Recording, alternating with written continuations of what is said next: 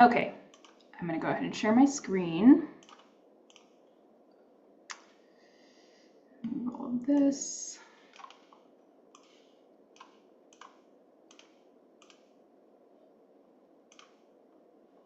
Okay, is everybody looking at my PowerPoint? Wonderful. Okay, well, welcome everybody. Thank you all for being here today. My name is Natalie Hardy. I am an IRB analyst here at Research Support Services.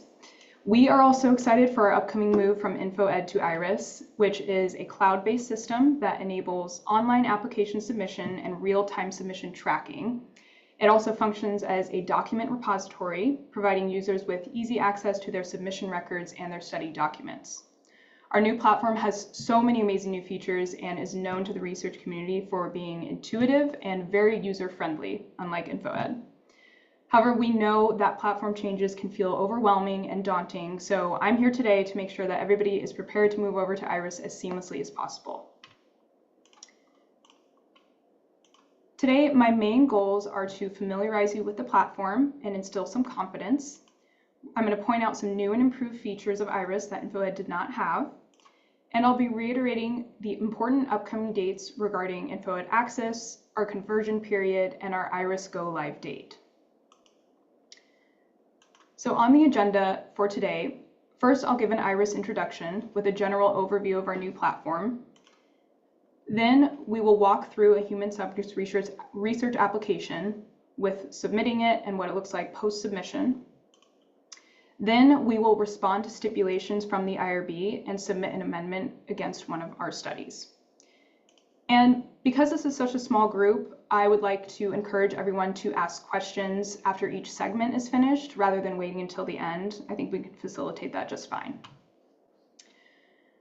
Okay, so now I'm going to move over to iRIS. I see there's something in the chat. Yes, and thanks, Pat. Please feel free to type your questions as a chat as we move through the webinar. And I see that my screen share has stopped, so let me get back to this. Okay, so this is the iRIS login page. When you log into iRIS for the first time, you will use your SDSU single sign-on credentials. So this is just your email address and your password you'll use to log in. Everybody who had an account in InfoEd was automatically migrated over to iRIS. So if you have an InfoEd account, you have an iRIS account. For those of you who have submissions that were submitted to InfoEd that received a final approval or an exempt determination, those submissions have all been migrated over to iRIS from InfoEd for you. So any studies that are in progress have not been migrated, but everything that was issued a final determination is in iRIS for you. So when you log in for the first time, you will see all of your submissions, and it will be up to you to go into your submission and make sure that all of the documents that have been uploaded by my team and I are the most recently approved documents. And I will show you how to do that shortly. But first, I'm going to switch over to the test environment for the sake of this webinar. That is where I will be operating. I'm going to go ahead and log in. So when you log in for the very first time, you will see a study assistant tutorial list. This is just exactly as it seems. It is a tutorial list that will walk you through the home page. It will show you how to start a new application, where to find latest approved versions of various documents, where to find your approval letters, and how to start a new submission form against one of your studies. So we're going to do all of this today, but in case your eyes glaze over throughout this hour-and-a-half long presentation, when you log in for the first time, you will be able to access these tutorials and they will walk you through each of these steps yourself. So again, this will pop up when you log in for the first time. Once you start getting the hang of iRIS and you don't want it to pop up when you log in, you can check this box right here and it will stop popping up. If you want to access it again, you can go right up here to the top right-hand side of the screen and click on tutorial, and it will bring this right back up. Also in this area, I'm going to point out our handy dandy help feature. So when I click on this, it will emerge as a pop-up window. So I'm going to bring it down into a tab right here. Over here on the left-hand side, you'll see that all three institutional committees have resources here. And this is because all three institutional committees are now housed on one platform. So if you are a PI who submits to the IBC, the IACUC, and IRB, now you only have to go to one place to do all three of those things. So over here in the top left-hand corner, we have biosafety resources, we have IACUC resources, and we have our IRB resources. So these are all just policies and guidelines. This will take you out directly to our HRPP guidance page. When I click on it, it becomes a tab as well, so I'm going to bring it down over here. We also have all of our demographic guidance documents, some templates, and our Research Participants Bill of Rights. So there's a lot of great resources over here in the Help button. On the right-hand side, we have general iRIS resources. So if you find that you're getting stuck, you can't remember how to do something, I encourage you to go to the top right-hand side of the screen, click on the Help button or the Tutorial button. You might find what you're looking for in these areas. So the next thing I want to point out in the right-hand corner is the Profile section. So again, we are operating in the test environment. This is a profile I created named John Smith. He is not a real person. So I'm going to go ahead and log into my personal iRIS account so I can show you what my profile looks like and what yours will look like when you log in for the first time. So as I hover over the My Profile section, I can open up my account and it will bring me to my iRIS profile. So you can see that my name is hard-coded in here. My email address is my sdsu.edu email address. But you'll also see down here that I've added another email address. And I wanted to point this out because I can actually use this email address for system notifications if I don't want these automatic system notifications going to my SDSU edu email. So this is a great new feature that InfoEd did not previously have. Something else that InfoEd did not have was city training documents directly associated with your account. So this is one of our huge selling points. All of your city training documents, given that you registered for city using your SDSU email address, will be automatically associated with your iRIS account. So when I go over here to the left-hand side of the screen, I can click on Training History, and I can see all the city training documents that I have completed, or the city training courses that I've completed. I can see when that completion happened, and I can see when the course expires. So this is fantastic. You will no longer need to ask your study team to send you the PDFs of their city training documents. They will be automatically associated with their account, given that they registered for city using the same email address as their iRIS account. And I say that because when I logged into iRIS for the first time, my city training documents were not associated with my account. And I thought to myself, how bizarre. I literally work for the IRB. Why are my city training documents not here? And it turns out I had registered for city with my graduate student email address. So what I did is I logged into city and I grabbed my city user ID and I pasted it in this area. After I hit save changes, my city training documents populated in the training history area. So if you encounter something similar, if you log in and you don't see your city training documents, please log into city, grab your city user ID, take note of the email that you used to register, and populate it in this area. And that's how you'll get your city training documents to be associated with your iRIS account. So now that I've showed you this area, I'm going to bring us back to the home page. And there's a couple different ways you can do this. You can go over here to the top left-hand side of the screen and click on the SDSU button. This will bring you home. Or you can go over here to the far right-hand side and click the back button. And this is something that I will continually reiterate throughout this whole presentation, is how important it is to embrace the back button. There will be times when you are working in iRIS and you will finish, an application or a form, and you'll feel like you need to move forward, but there isn't a way to do that. So the back button is going to be what brings you back to the area that you were previously working in. So I'm going to click back. Now I'm brought back to the home screen. I'm going to switch back over to the test environment. Now I'm John Smith, and now I'm going to show you the rest of the home page. So over here, top left-hand side, we have our featured study operations. This is very straightforward. This is where you'll go to create a new study, start a submission form for one of your studies, view current approvals, view submission histories, and view and manage your studies in general. So these are quick click links, as I like to call them. As we scroll down, the first panel that we see is the study assistant. This is how you find a study. So if you need to search for a study and you don't want to scroll through this whole homepage to try to find what you're looking for, you can click right here and it will bring you to a search engine. So you're able to search for a study with the study alias, with the sponsor of the study, by the PI, by the department, and for those of you who have studies that expire, you can input a range of dates and see if you have any studies that are going to be expiring soon. So this is great for those of you who have quite a few studies in with either the IRB, the IACUC, or the IBC. You can search for anything that might be expiring soon with these date ranges. So I'm going to bring us back to the home page, and we're going to move on. So after the study assistant, you'll see that there is a tasks area. I'm actually going to come back to this after I show you where your studies are.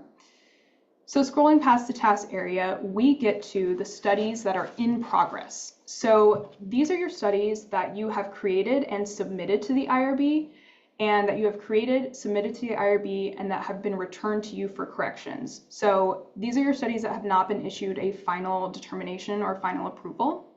So we're going to go ahead and look at my chia seed study.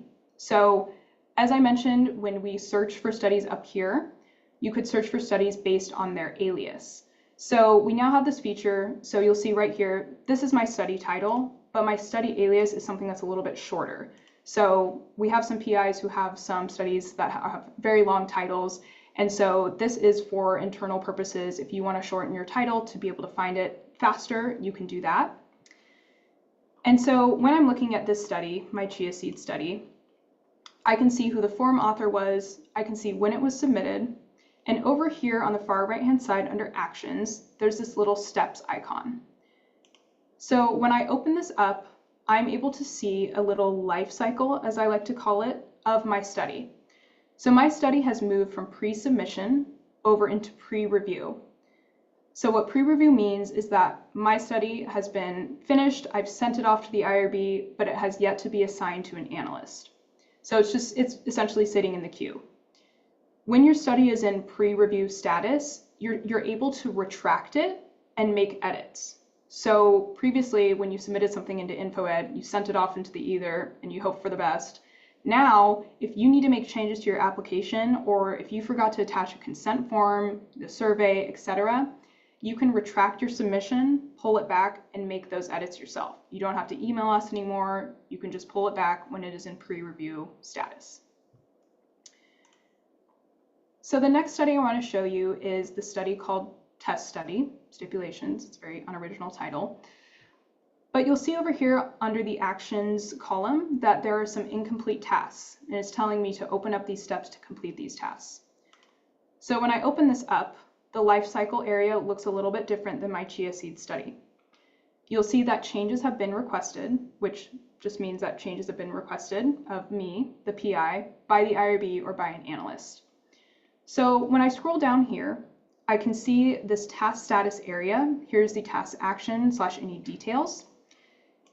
During pre-submission, these are the things that happened. So I created my initial review submission packet. Department personnel were assigned for sign-off. I, as a principal investigator, reviewed and applied my sign-off, and all of these are time-stamped. So you can see exactly how long this took. Took a minute. I'm super quick. Down here, this is a warning message that I received because, again, this is a fake profile, so John Smith does not have city training documents. But this will appear if any of your study personnel are not registered or up to date with their city training records documents. And you'll see that this still was able to go through. We won't issue an approval until those study personnel have completed their city training. But once they do, again, it will be automatically populated into their iRIS account. So when I close the pre-submission area, that's everything that happened up to the point that my study was submitted. When I click on the IRB tab, I'm able to see a little bit more. Here, I can see when the IRB received the submission at 8:55 a.m. I can see when the IRB assigned a pre-review action of return for corrections. So that's essentially giving it a status of modifications required. This happened 2 minutes later. And then I can see when the IRB returned the submission for corrections. So when we do this, it will be just as we did in InfoEd. We will email you the modifications required letter, but you'll also be able to see it associated with your submission in iRIS. So what I mean by that is right down here under outcome letter, I'm going to click this, and I'm going to be able to see the modifications required letter that was sent to me by the IRB. So I can see when it was sent, who it was sent to, and right here I can click on it. It will emerge as a pop-up window. So I'm going to bring it down to show you all. So it looks very similar to our typical letters that we send, a little less color, but still very straightforward. These are the modifications that have been requested of me. Again, this has been sent to me in my email, just as we do right now with InfoEd, and it is also associated directly with my submission. And you can also see how long it takes the IRB or the analyst to receive and complete their review of your submission over here. Okay, so this is where you find your studies that are in progress. Now I'm going to bring us all the way down to the bottom of the page, and this is where all of your studies will be. So these will be studies you submit to the IBC, the IACUC, and IRB. They will all be located in one area. And before I get into all these actions, I just want to point out my favorite feature of this that I won't get to use because I'm a PI, or I'm not a PI, but everything is now color-coded, which is amazing. I feel like I work so much better with things that are color-coded, so I hope everybody will as well. You can see I have some studies that have been returned for corrections, some that are pending, some that have been in an exempt determination, and some that are approved. So this will show you the review board that your study is associated with, the number, if there's an expiration date, and then you have your study title, PI, and then a variety of actions. So we're going to go ahead and open up this applications folder for this exempt study. And you may be thinking, wait, applications plural? I thought we only had to submit one application for our human subjects research. You are correct, but when you open this up, you will get to see essentially all versions of your application that have been edited after you submitted it for the first time. So when you submit your IRB initial application for the very first time, it will automatically be given a version number of 1.0. So any subsequent edits you make to your application after that will be given an increased number. So this is version 1.1. It is the approved version of my application. And I can see when this approval was issued, I can see who it was created by, when it was created, who it was last modified by, etc. And so this is where you would go to compare previous versions of your applications. So if you have multiple people working on a study and you see that something's been edited and you want to say, and you're not sure who it was edited by, you can go ahead and click on this little folder right here, show revisions, and it will open up the revisions. It will show you all previous versions of your application. So the way that you compare them is by clicking over here on the applications you want to compare and going all the way to the right-hand side of the screen and clicking Compare to Selected Versions.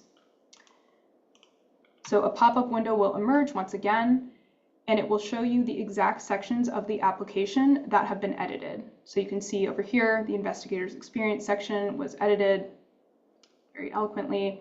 You can see on the left-hand side, this was version 1.0, this is version 1.1.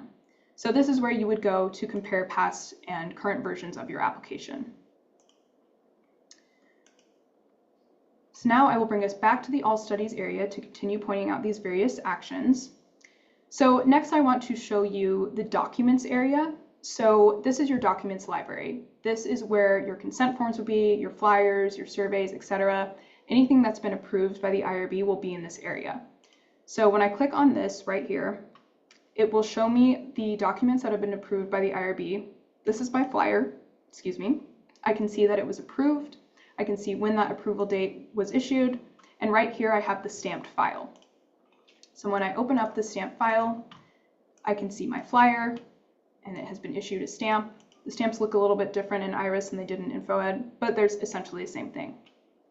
So the documents area is where you would go to find the documents associated with your study. Okay, the next thing I want to show you is the forms area. So these are forms that you can submit against one of your studies. So this includes amendments and continuing reviews and reportable events and something that's new, which is a personnel change form. And so I'll talk about that now. So we have implemented personnel change forms for those of you who need to change your personnel, who are graduate students, study coordinators, and other study personnel who are not PIs or co-PIs or co-investigators. If you want to change the PI of your study or the co-PI, co-investigator of the study, you will still need to submit an amendment form. But personnel change, so again, any graduate students you have working on the protocol, study coordinators, etc., those will be requested via a personnel change form. So that is something that is new. So again, these are the 4 forms that you can submit against any one of your studies. You'll see over here that I have an incomplete submission. One of my amendment forms is incomplete. So if you start an amendment and you halfway through, you decide you want to come back to it, you'd save it, and then it would automatically populate over in this area, in the incomplete submissions area. You can click on it and open it right back up. Okay, so the next couple actions that I want to point out are the hide button. This just hides the study from view. I'll just go ahead and hide this one really quick. It's gone. If I wanted to bring it back, I would go right up here to the top right-hand corner of this panel, and I would hit Show Hidden, and it would come back. The next function is the Withdraw button. So the withdraw action will withdraw your submission from review, and it only works on studies that have been returned to you for corrections or that are pending and have been submitted for initial review. And withdrawing your study is different from retracting it. As you'll recall, I showed you all how to retract a study that was in pre-review. So retracting your study just brings it back to you and opens it up for edits, whereas withdrawing a study is permanent. Once you withdraw a study, it can no longer be considered for review. So just be careful with that.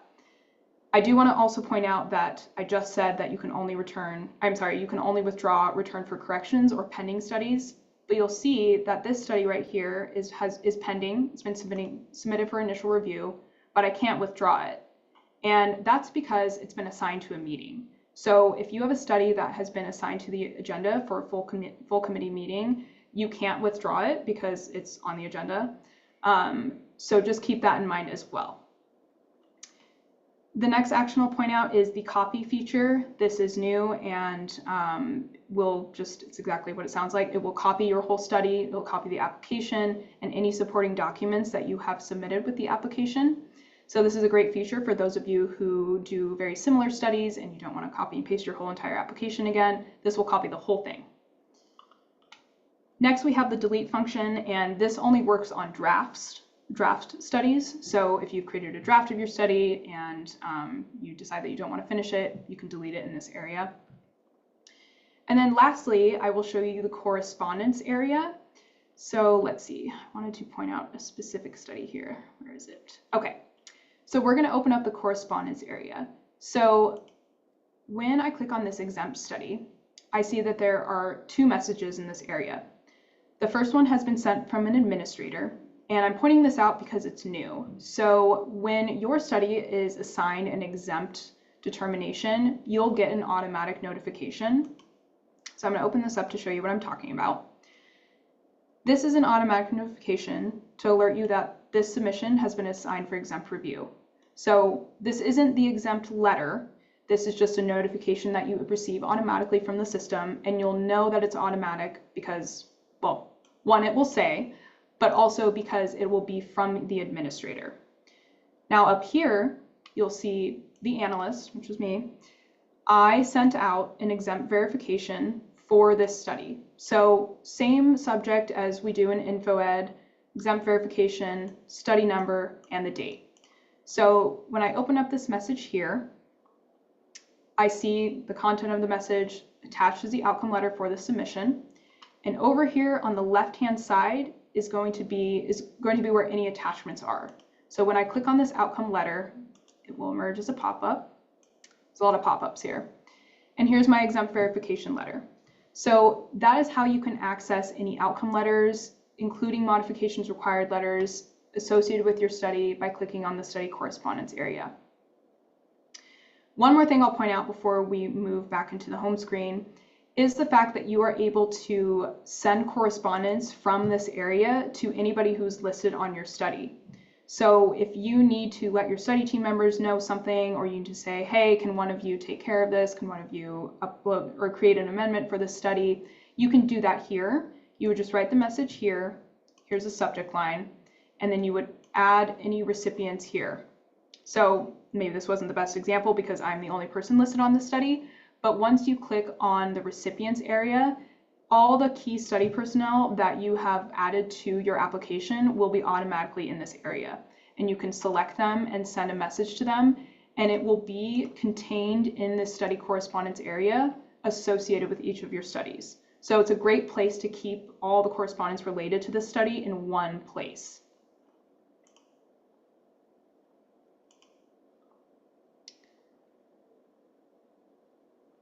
Okay, so now that we've covered this area, I'm going to bring us right up back to the top.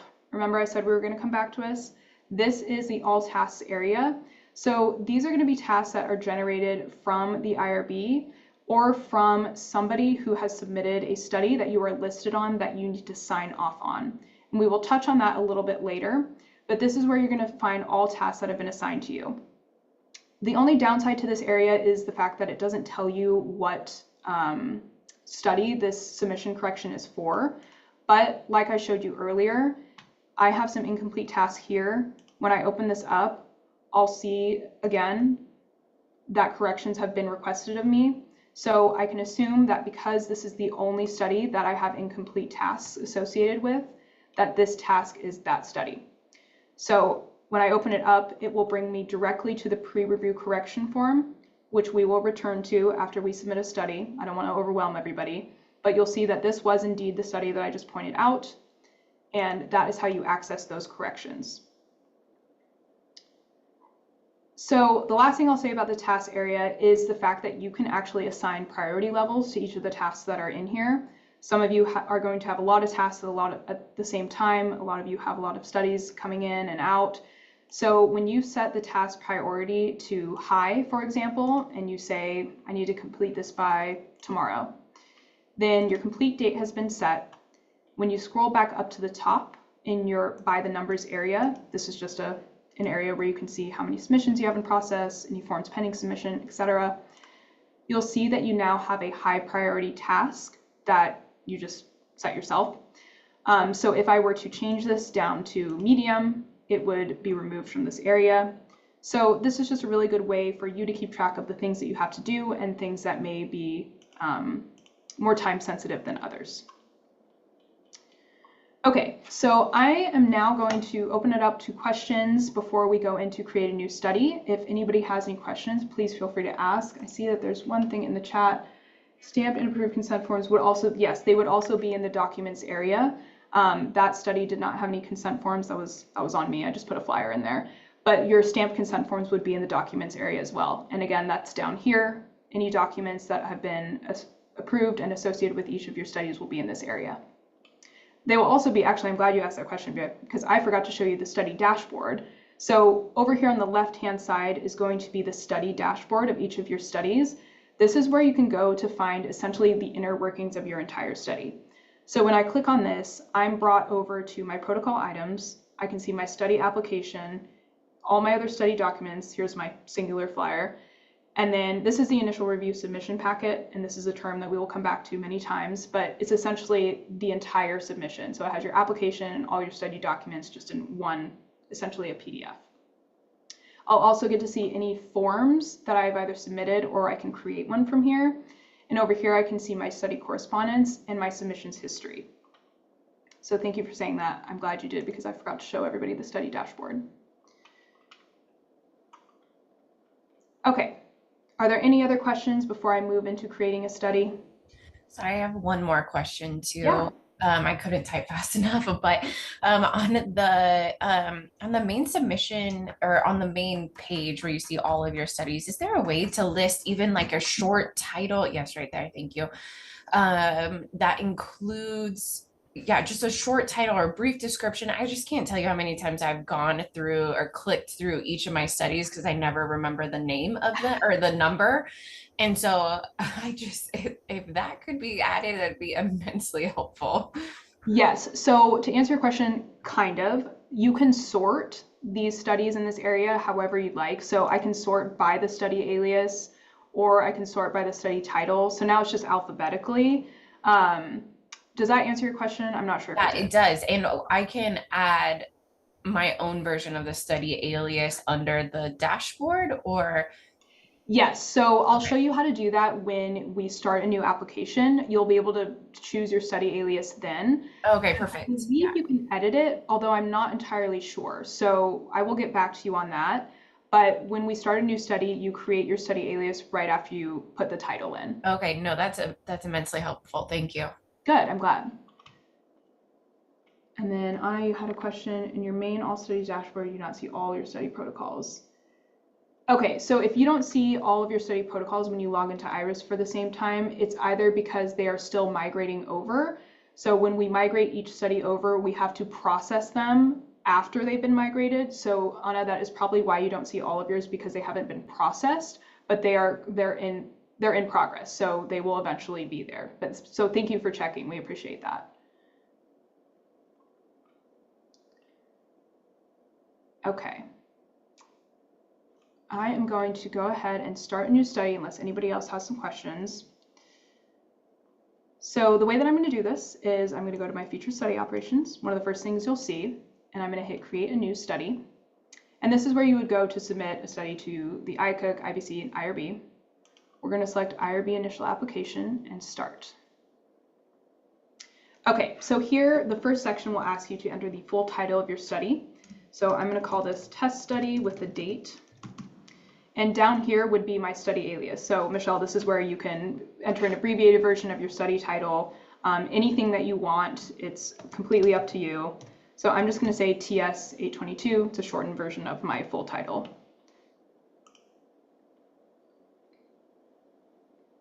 Okay, so in section 2, you will be asked to list departments that are associated with the study. This SDSU General will be automatically populated, then you can remove it. But first, I'm going to add my department by selecting and hitting save. And I'm going to be working with somebody from anthropology, so I'm going to add them as well. And now I'm going to remove SDSU General by selecting it over here and hitting remove. And because I'm the PI of the study, I'm going to indicate that sociology is the primary department here. And I'm going to hit save and continue to next section. Okay, so here is where you assign your key study personnel access to the study.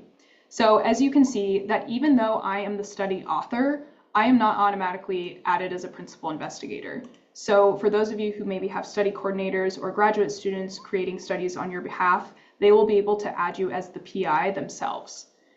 So when I click on add key study personnel to the study, I can search up here by last name and first name. I'm going to add myself. I'm going to indicate that I am the PI of the study.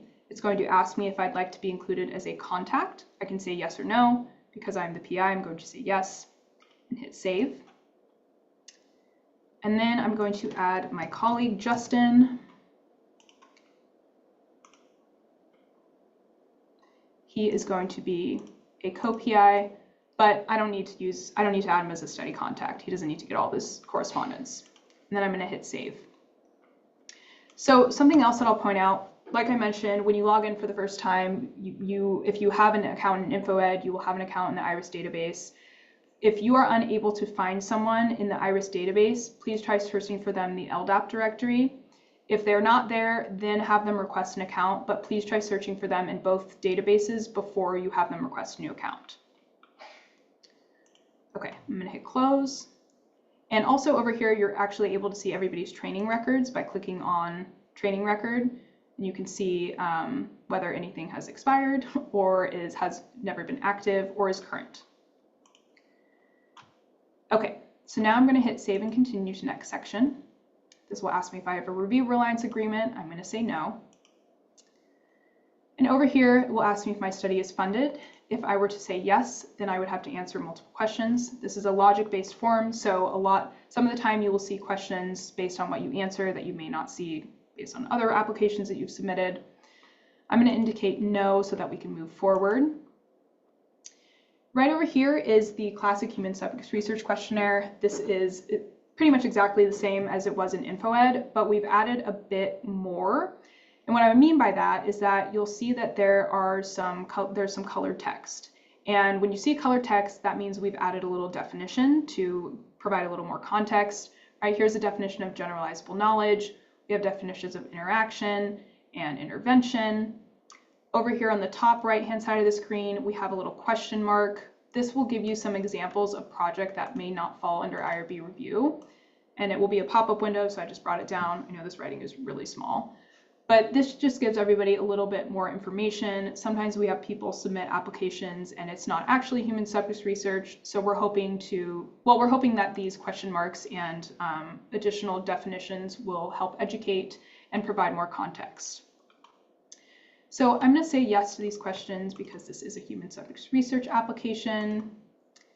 My project is not a clinical trial, but again, if I wasn't sure, I could hover over some of these terms that are located here and some of these question marks. This will give you more information about clinicaltrials.gov registration, etc.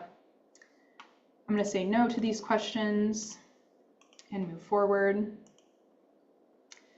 Okay, so now at the identifiers table, this is very similar to InfoEd as well. Again, more context, PHI, personal health information. I'm going to add names and I'm going to add email addresses. And you'll note that I didn't finish my selection, and if I try to move forward, the application won't let me. So most of the questions on the application are going to be required. So just keep your eye out for that. It will stop you before you can move forward. So I'm going to indicate that I'm accessing these, and we will save and move forward. You can also, at this point, you'll see that the application has been fleshed out quite a bit. So if I moved on to a new section and I forgot to add an identifier, I could just click back into these sections that I've already completed to navigate to them.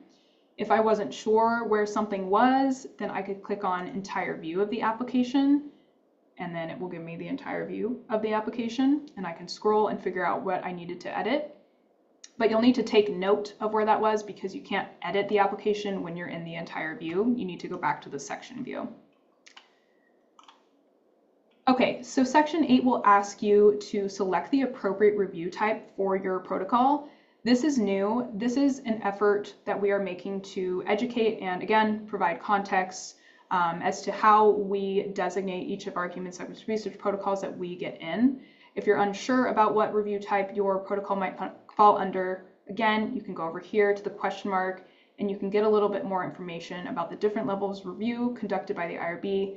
You know, we're hoping that this will help people understand whether their study might qualify for exempt review or expedited review. Some of you will know, and some, typically graduate students aren't as familiar with these terms, so we want to provide as much information as we can. So I'm going to say exempt and we will move forward.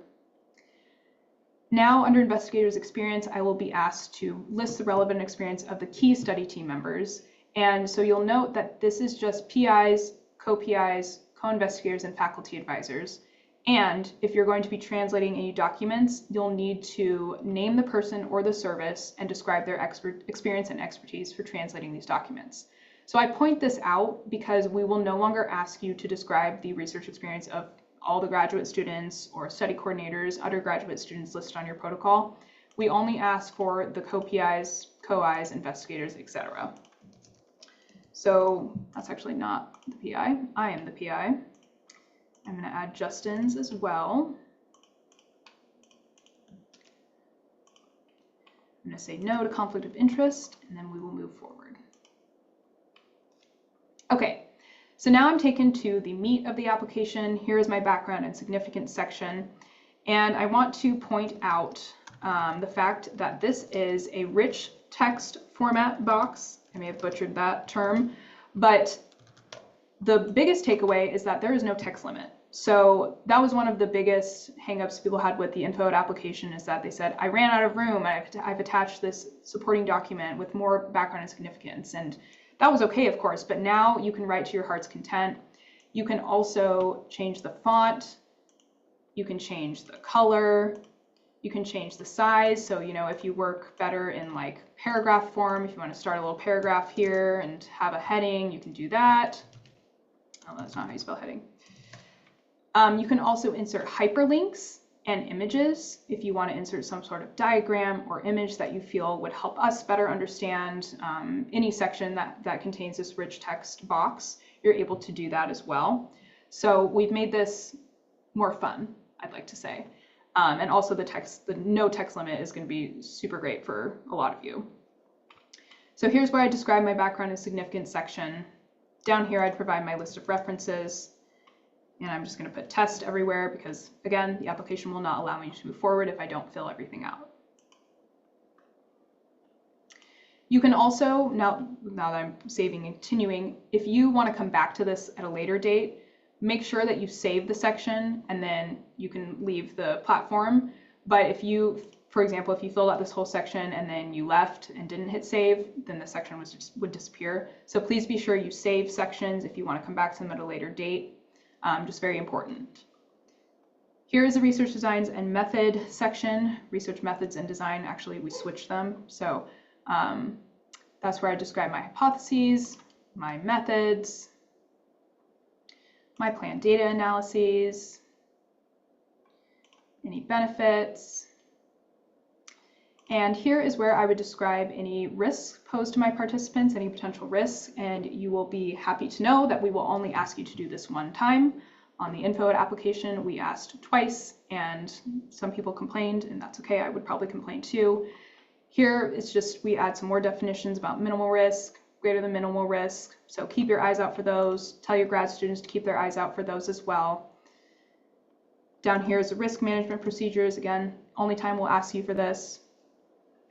And then right here at the bottom, we'll ask you to list all the measures that you used in the study, so any surveys or interview guides. We'll say that I made this. And right here is a little prompt that we're hoping will function as a prompt to have you upload your measures at the end of the application. A lot of times we have people who say they're going to be using a survey and then they don't upload the survey, and we have to ask them to upload the survey, and it's a whole thing. So we're hoping this will prompt people to do this before they submit. Okay, now we're at the study population section, and I want to point out some things here because it can be a little tricky. So the instructions, always look for the instructions. They'll tell you exactly what to do. But right here, I'm going to say that I'm going to recruit 100 adults. Now, I need to make a selection here. Right here, it says, if you plan on recruiting members of vulnerable population, then you must indicate that down here. But if you're not, you'll need to select general participant. So that's what I'm going to do. 100 general participants. I'm actually going to be recruiting 50 children, or 65. 50 children. They will also be general participants. Great. Now I've made my selections and I can move forward. Down here, the total doesn't seem to have populated, and I should have 150. Well, go ahead and hover over the screen text, get some more context. You'll need to save your section in order to calculate your participant total. Okay, I'm going to go up here and hit save. Now the total has been populated and I can continue. So I just wanted to point those out. Be sure to check general participant unless you're going to be recruiting members of a vulnerable population. And if you want the total to populate, just go ahead and hit save section. Okay, so this is just determining number of participants.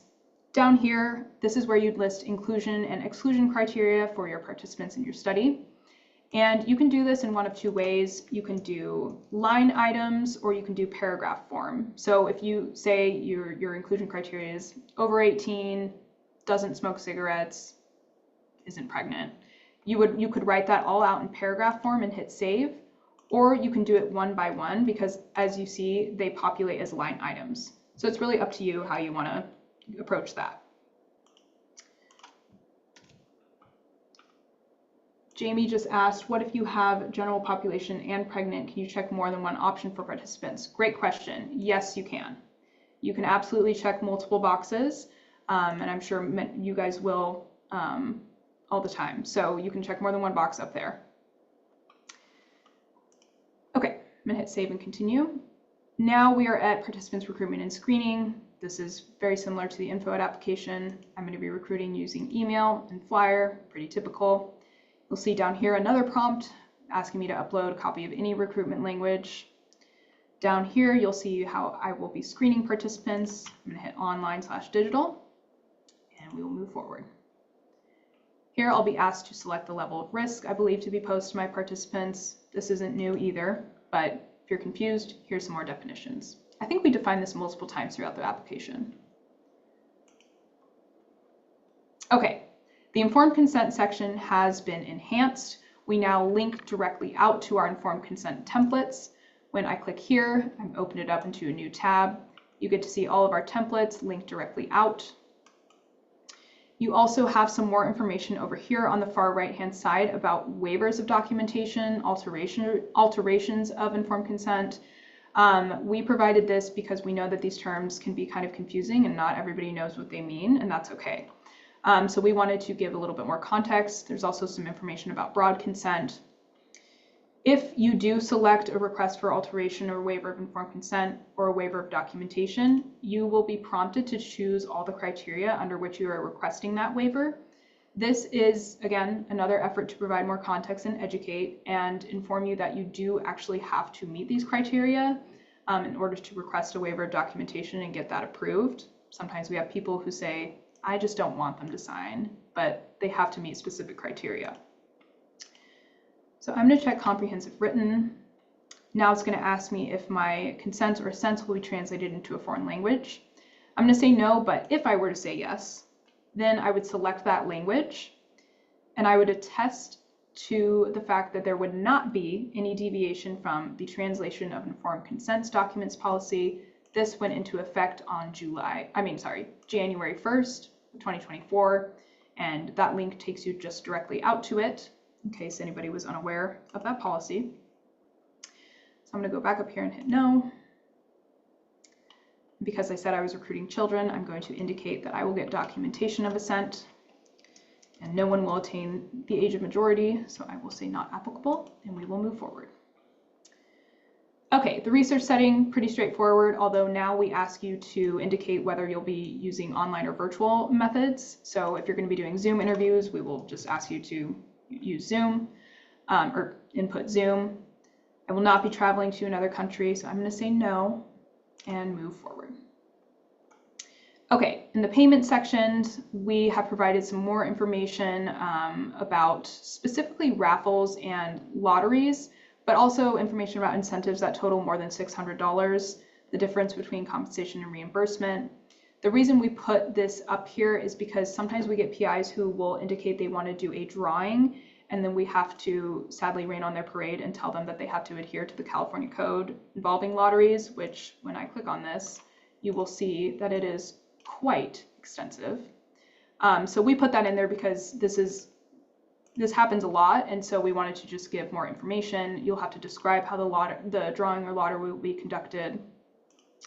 So I'm just going to say none so that we can move forward.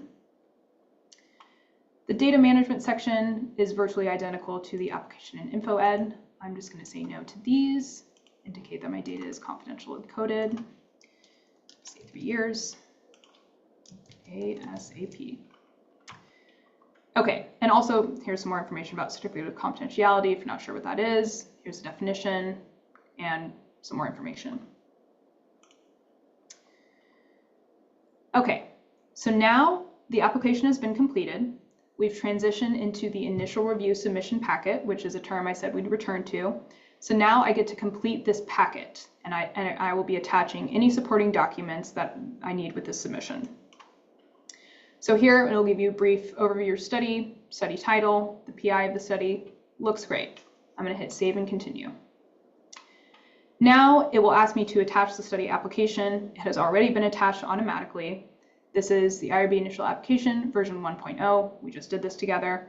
If at this point you realize that you forgot to add something to the application, you can click here and it will bring you right back, and you can make any edits that you need to, clicking on any section. And here is one of the parts where it seems like you should be able to move forward to go back to where you were. Don't panic, just use that trusty little back button right up here. It'll bring you back to the packet where you were just at. So I'm going to hit save and continue. Here I will be asked to attach all required consent forms, and it will ask me if I want to add an informed consent from an existing document that I already have. So if this is a consent form that you've already drafted, you can just attach it here. Or you can add an informed consent from the list of our templates. So if you do this, then you will get to select the template that you want to use, and it will give you all these instructions that I won't go through right now. But then you would download that template and you would be able to edit it and upload it at this stage. So I'm just going to go ahead and add one that I've already drafted. This is going to be my consent form. Right here, I can drag and drop my file. This is the version number. You can change this here, but I advise you to keep it at 1.0 because this is version 1.0, so I wouldn't change it too much. The category is comprehensive written. The language is English, and I'm going to hit save. So now my consent form has been attached, version 1.0, looks great. I'm able to view it by clicking here, and I'm going to hit save and continue. Okay, so now this is the area that you would attach all the rest of your study documents. So this first panel asks you for any approval letters and approved consent from reviewing central IRB if this is a multi-site study. This is not, so I won't be adding documents there. Here is where you attach copies of any recruitment language. So I said I was going to be using a flyer and an email recruitment, I believe, email recruitment letter. So here I have to manually put in the version number, version 1.0. This is my flyer, and this is my recruitment material. So I'm going to choose the file here. It's been attached. And then I'm going to hit save. So that's how you attach multiple documents. If you want to do it one by one, how I did the consent form, you can do it that way. But it's just easier if I'm attaching more than one document to do it at the same time. Section 4.3 asks you to attach measures used for the study. So this is where I would attach my survey.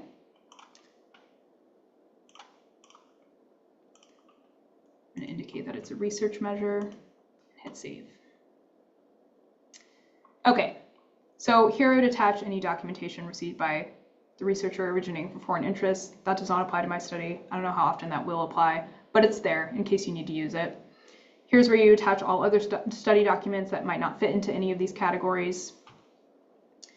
Now I'm going to hit save and continue. This will bring you to the IRB training area. So this is where additional training groups might appear that are not applicable to your protocol. So if you've submitted to the IBC or IACUC before, you might see some training groups here that don't necessarily apply to your IRB protocol. So just ignore it and you can continue. Okay, so now the form has been completed. I'm going to hit sign off and submit. When I hit this, it will bring me to the submission routing area. So this is important because this will, here's where you choose the people that will sign off on this protocol. So you'll see here that I am listed as a PI. I'm also listed as a study author because I am both of those things. Justin is listed as a co-PI as well, but I didn't include him as a study contact. I don't need Justin to sign off on this, so I'm going to uncheck this box. Now, I am the PI, so I want to sign off on this. I'm also the study author, so this is a little funky. Because I'm listed twice, the system will send it to me twice to submit, or I'm sorry, to sign off. So I'm going to uncheck me as the study author and just keep myself as the principal investigator, so I only have to sign off at once. So when you have graduate students who are submitting a protocol on their own and they include you as a faculty advisor, they will need to include you in the sign-off. If they uncheck the box next to your name as a faculty advisor and they submit it anyways, we will double check the routing to make sure that you signed off on it as a faculty advisor, and if you didn't, then we will return it to the graduate student. We will say, hey, you need to add your faculty advisor, keep them in the loop. You can also add additional personnel to the routing list in case you're working on this with a co-PI who you do want to see the submission. You want them to check your application and all your supporting documents. You can add them to the routing list and they will be required to sign off after you sign off. So there's more instructions up here as well, but you want to make sure that you as the PI sign off before it goes anywhere else. So I'm going to hit save. It will ask me if this is the finalized list of personnel. I'm going to verify that yes, I only want it to be me, and I'm going to hit save. So now, only I am required to sign off the submission. I'm going to be redirected to the sign off screen to apply my electronic signature. So this is the final part after we have submitted, or we have created our application and attached all supporting documents. So a couple new features in this area include the creation of a PDF packet. So if you want to download your application, your consent form flyer, any supporting documents into one singular PDF, you can do that here. So you can do that by clicking individually on the things that you want to attach together in one PDF. You can click this button that will attach all of them. So if I wanted to attach my, or if I wanted to download a PDF of my application, my consent form, my flyer, I would select those, and I would go over here to the top right of the screen, and I would hit Create PDF Packet. Then it will confirm that these are the documents that I want to include in my PDF. I can also sort them, change their order. So the flyer would be the first thing that I saw, then the application, then the consent form. So this is really for your own internal purposes. If you want to download all of your study documents and save them on your desktop or in a special folder on your computer, you can now do that. So that is a great new feature that InfoEd did not really have. Okay, so I am John Smith, I'm the PI, and I approve of this submission. So I'm going to select Approve and hit Save Sign Off.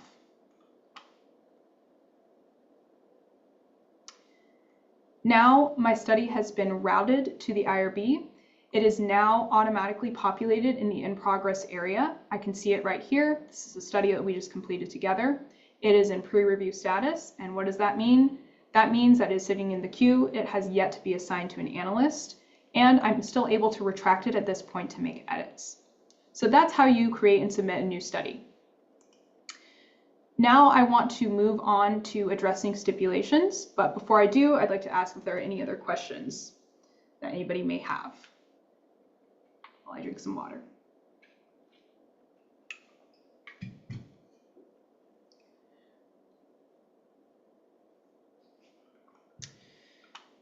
Okay, well, if nobody has any questions, let's go ahead and address some stipulations sent to us by the IRB. So you are all going to love this, I promise. It's amazing. So I'm going to open up this task. Actually, I'm going to show you a couple ways to access this again, because I know I went over it before. So I can access these submission corrections in the task area, or I can scroll down to the in progress area and open up the steps to be brought down to this area where I can open up the IRB task and complete the correction here. So again, there's multiple ways to get to the same area in iRIS. This way in the in progress area requires you to click more, so that's why I wanted to go up here to the tasks. So when I click right here, it'll take me directly to the pre-review correction form. So this is a new term. This will show you all the stipulations that have been sent to you, again, in that modifications required letter, just as we did via InfoEd. It'll be sent to your email and will be associated directly with your submission. When you open up the pre-review correction form, Jamie, you asked if a letter verifying translation is still required. Letter verifying translations like translation documents have been translated, or are you asking if we want you to address, oh, go for it. Yes, sorry, I didn't mean to interrupt what you were saying, but when we have consents and instruments translated to another language, do we list them in this form, but do we still also need the letter verifying the translation? So it depends. I'm not sure what you mean by letter verifying the translation, but when you go into the application and you list your key study personnel, if you're going to be using a translator, or if one of your key study members is the translator, then you would just describe their experience in the key study personnel section, and that would suffice. If they're not a member of SDSU, that's not a problem? No, because you can add, I believe you can add them in that area without having them attached to the protocol, but I might be wrong about that. Ryan, do you know the answer to that question? They'll definitely have to be like the key study personnel to be listed in the investigator experience section. But within the investigator experience section, we have a specific translator option. Yeah, so I'm not sure. Pat or Ann, do you have any insight about that, how we should handle that moving forward if the translator is not listed as a key study personnel? It's a good question, Jamie. Thank you for asking. I would say if they're not listed as a key study personnel and you have a certification of a translation, then include the letter. often like federal funded studies will require you to have a certified translation, or some IRBs will. So you would just include that document as a supporting document. Does that answer the question? Yeah. Yeah. I guess. Okay. Thank you. Okay. Yeah, no problem. Thanks for asking. Okay, so now we're at the pre-review correction form. This is where you'll be taken when you want to address the stipulations that have been sent to you by the IRB. So as you scroll down the form, you'll see that all of the documents that have been uploaded with my application are contained in this area. You'll see that this is the pre-review correction form. It's now included in our packet. It has yet to be completed because we have not completed it yet. So as I scroll down, I see my first stipulation, which is to add names to the PHI table. Okay, so this is a stipulation that must be addressed. Down here, I can see the component that has been associated with this stipulation. So essentially what that means is that the analyst has said to do something on the application, and they have linked the exact section that you need to edit on the application. So when I click over here on Revise Existing, I will be taken to this section, the identifier section on the application, and this is the question that I am being asked to answer. So I'm going to go ahead and click Revise Existing. It will confirm that I will want to add this revision. I'm going to hit Confirm. And you'll see that a new version of the application has been created. This is now version 1.1 because we're now making edits. So here's the modification that has been requested of me. I need to add names to the PHI table. When I clicked on Revise Existing, it took me right to this area that I need to edit. So this is going to be such a huge time saver for all of you and also for us as analysts. So I'm going to go ahead and address that by adding names to the table. Now I'm going to hit Save. So you'll see that this still says modification required, even though this is exactly what I did. So what am I going to do now? I'm going to hit the back button, and I'm going to bring us back to the pre-review correction form. So now when I go back to the first stipulation, I can see that the version number has been updated. So I've confirmed that I've edited the application, and I'm going to go over here and I'm going to hit Complete Action. Once I do that, the action status will be changed to complete. I'm going to scroll down. I'm going to indicate that I accept the stipulation. Right here, I'm going to provide an explanation on how I addressed it. So this was a very simple stipulation, so I'm going to say added names. And then I'm going to hit Save Section, just to be safe. Now the stipulation one has been addressed, so I'm going to move on to the second one. The second stipulation says that the flyer indicates a $20 incentive will be given to participants, but the application says otherwise. I'm going to need to revise the payments to incentives to participants as necessary. Okay, so I clearly didn't indicate that I was going to be giving them an incentive, but I said on the flyer. So over here, it'll say action not complete, but you'll see that I don't have a revise existing button over here anymore. I can say complete action, but I haven't done that yet. So I'm going to need to go over here and look at the application versions that I have. So this is version 1.0. The application that I just edited is now version 1.1. So I'm going to click right here on this little pencil, and it will bring me right to that stipulation that's been associated with this component. So they were right. I put a $20 incentive on the flyer. So I'm going to indicate that cash will be given to my participants. And I'm going to hit Save Section. Now, again, it still says modifications required, so I'm going to go back to our pre-review correction form. And because I just edited that section, I'm going to say complete. I'm going to accept the stipulation. I'm going to say done. Then I'll hit Save, and we'll go to our final stipulation. Okay, stipulation 3 out of 3. The survey is missing from the packet. Please upload it for review. Okay, this is another stipulation that must be addressed. The component is add the study document. This is a more in-depth description, so I need to add my survey. So I'm going to hit Add Document. Right here, you'll see that this is a document that I've already submitted with this application. So they asked me for my survey, so I'm going to go ahead and hit upload a new document that's not on this list. I'm going to title it survey. And I'm going to indicate that it is a research measure. I'm going to hit save. And when you add a new study document, the action will automatically go to complete. So that's great. I didn't have to click that. I'm going to say yes, I accept. And I'm going to say survey has been uploaded. Then I'm going to save my sections. I'm going to make sure everything has been addressed. Okay, everything looks great. Now I'm going to hit save and continue to the next section. Now I'm going to be directed to yet another sign off and submit screen. So when I click on this, it will inform me that I am required to sign off on the submission. Here I can see everything that has been uploaded in the current round. So what the rounds mean, this is the second time that it has come back. So that's what that means. 2 current round means the second time this has come back. If I switch to 1, then I am presented with all the documents that I initially submitted. So as you can see, the survey is no longer there. But when I open up the second round, you'll see that the correction form has been added for the analyst to see, and the survey has been added as well. And then I can do the same thing if I want to download this in a PDF packet. So I'm going to hit approve, and I'm going to hit save sign off to route my submission back to the analyst.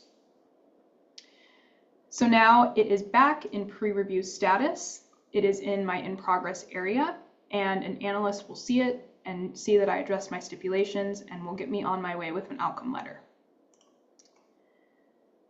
Okay, so the last thing we're going to do is to submit an amendment against one of our studies. So I'm going to do that by starting a submission form for one of my studies up here. But as I mentioned earlier, I don't know what just happened. I'm just going to go back. As I mentioned earlier, you can also do that down here by clicking on forms associated with any one of your studies. But I like this way better. So I'm going to hit start a submission form for one of my studies, and it's essentially the same thing as doing it from your all studies area. We are going to click on this exempt study with approved documents. I'm going to hit start a new submission for an IRB amendment form. And it will now take us to the amendment form. So you'll see version 1.0. This is the first version of this amendment that I've submitted. These are some instructions about how to submit an amendment. I'm sure most of you are familiar with them. Down here, it will ask you for some project information. This is today's date, the IRB number, PI, any study contact you'd like to include in this area. What's new is that we now ask you for the study status. So I'm going to say that my study is active, although none have been enrolled. Actually, I'm going to say active for enrollment.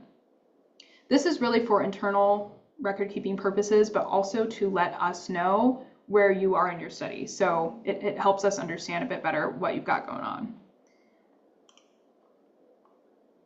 Okay, so I'm going to select all of these changes that apply to my study.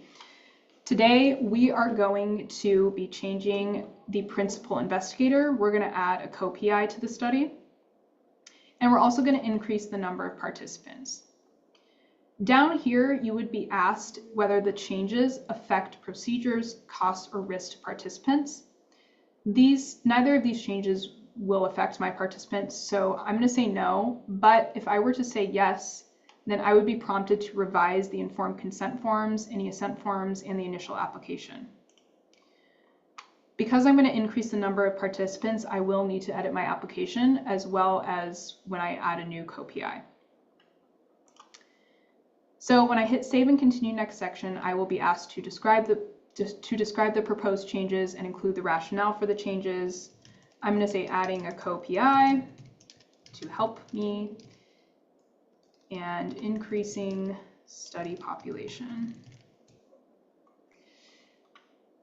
When I hit save and continue, I will be immediately prompted to assign the key study personnel to the study. So this is a request. So when I click here, set up key study personnel, I'm going to add Justin once again. Going to select him, and I'm going to indicate what role he's going to be and hit save. Okay, so now I've done that. I'm going to hit save and continue. Because I'm going to be increasing the number of participants in the study, I'm going to need to make an edit to the application. So it will ask you to attach the application in this area. This is version 1.0. It'll say that this has already been submitted because, again, this is a study that was given an exempt determination. It was approved, and I'm going to go ahead and create a revised application by clicking Add Revision right here.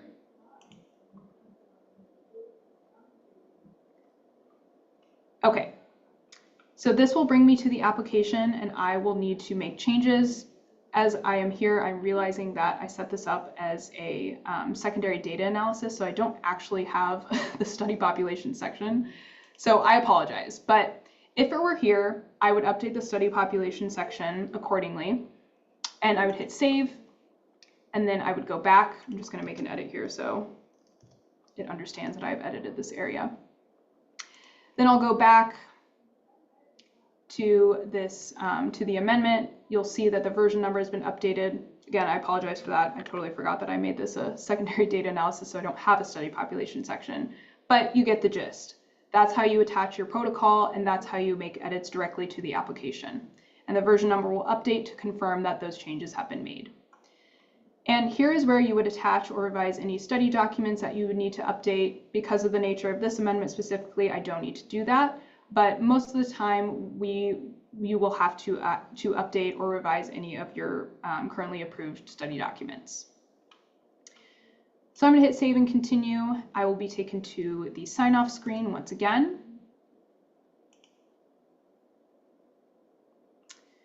And here's my amendment form. Here's the initial application. If I had updated any supporting documents, they would be populated in this area as well. I'm going to hit approve and save sign-off.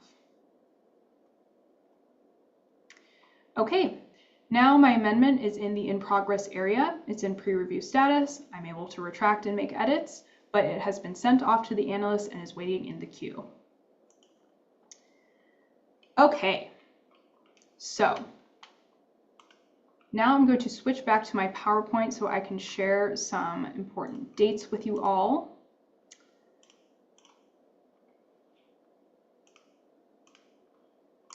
Okay, so this was our agenda. We already went through that. So I want to say, Anna, you've logged into iRIS. So anybody else, we encourage you to log in. This is the URL that you will use to make sure that all your study documents are up to date and or recent. If you don't see a study in there, it is because it is on its way. We have to process them administratively, but you are able to log into iRIS at this time. Here are some important dates. On September 1st, InfoEd will be deactivated. Protocol data for existing and in-progress studies in InfoEd will be migrated to iRIS for you, but after this date, no further investigator access can be granted. So if any of you submitted an InfoEd application before the August 15th deadline, if it is still in progress at this time, by the time September 1st rolls around, we will migrate that in-progress study over to iRIS for you, but it will not be reviewed or processed until after October 1st. So right now, you're able to access iRIS to draft new submissions, but they will not be reviewed or processed until after October 1st. So September 1st to October 1st is going to be our conversion period. Like I mentioned, we have to administratively process a bunch of application submissions, and we have to migrate over all the remaining InfoEd applications. So this month will be a conversion period. But we understand that sometimes an adverse event or an anticipated problem will occur in one of your studies. So if that is the case, please reach out to us and we will provide you with further guidance in the case that something like that happens. But again, anything that is drafted in iRIS from September 1st to October 1st will not be reviewed or processed until after October 1st. And I will send these dates to you all in a follow-up email after this webinar so you have them for your records. And if there are any other questions, please feel free to ask at this point.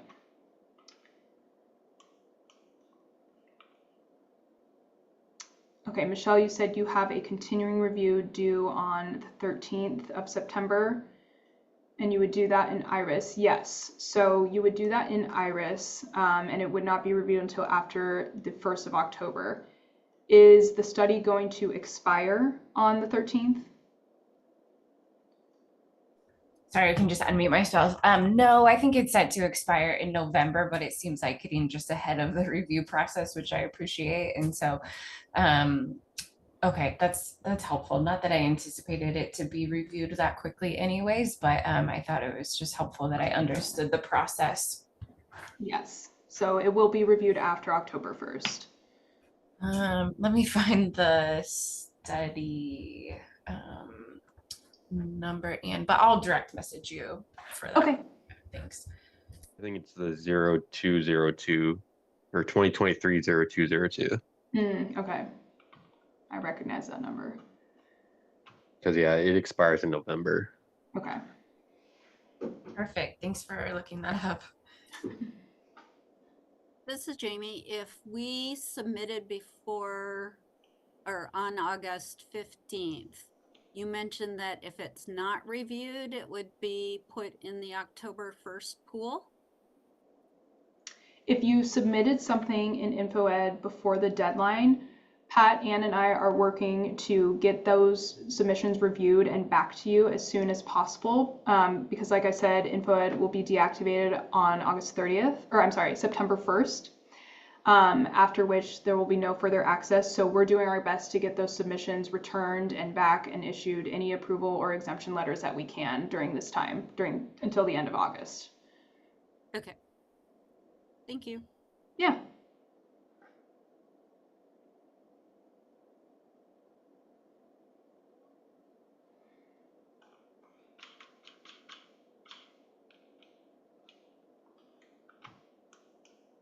Okay, are there any other questions before we end?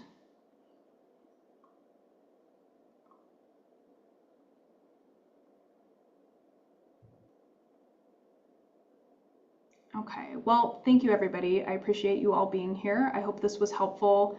Again, I will send out a letter or an email recapping this presentation and include those important dates as well. If you have any other questions, please feel free to email me, email Pat, email Ann. We're here to help. And again, we're going to be working overtime to get all of your studies moved from InfoEd to iRIS so that we can get this done. So thank you all again for being here. I really appreciate it. And have a great rest of your week.